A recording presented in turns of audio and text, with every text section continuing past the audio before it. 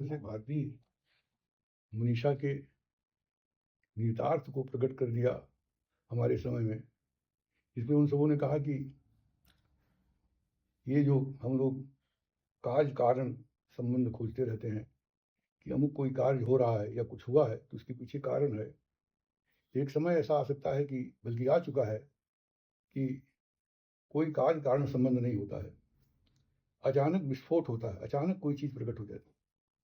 जैसे हमारे पुराणों में देवताओं के लिए कहा जाता है कि ईश्वर के लिए कहा जाता है, कर तुम अगर तुम अन्यथा कर तुम समर्थ है।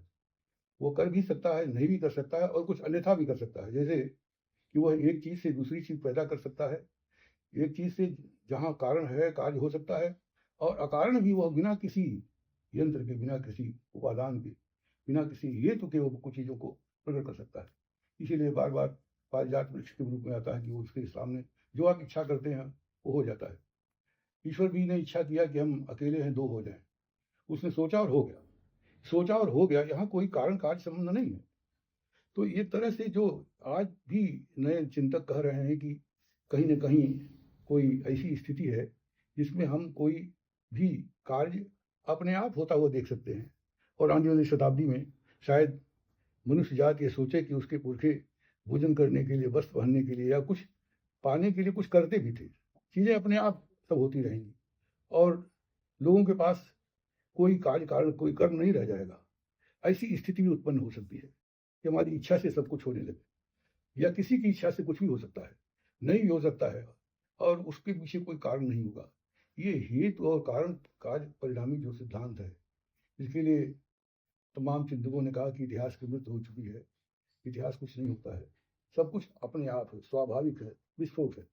उदाहरण के लिए प्रकृति में कहा जाता है कि पेड़ों में जो पत्ते हरे हैं तो उसमें क्लोरोफिल पाया जाता है, इसलिए पत्ता हरा है। अब प्रश्न ये उठता है कि क्यों क्लोरोफिल पत्तों में ही पाया जाता है? ये ये जो इस फिर इसका कोई उत्तर नहीं है। तो इसीलिए परमात्मा को अनुत्तर कहा गया, बल्कि उत्तर कहा गया। हर प्रश्न का उत्तर है और अपने आप है, सहज है, स्वाभाविक है। सारे तत्व, तत्व किस तत्व से है? ये कारण कार्य संबंध तो हम वैज्ञानिक समझाते रहते हैं, लेकिन वो है क्यों? ये होना जो है स्वयंभूत है, वो स्वयंभू है।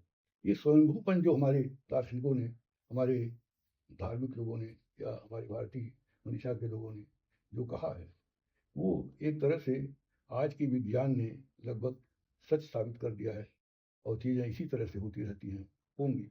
इसके पीछे कोई कारण नहीं है, सब कुछ अकारण है। हम भी अकारण हैं, पृथ्वी अकारण है, पवन अकारण है, वायु वो आकाश अकारण है, सब अकारण है, अपने आप है। और वही स्थिति जो है परमात्मा का बोध है या परमात्मा का स्वरूप है, ऐसा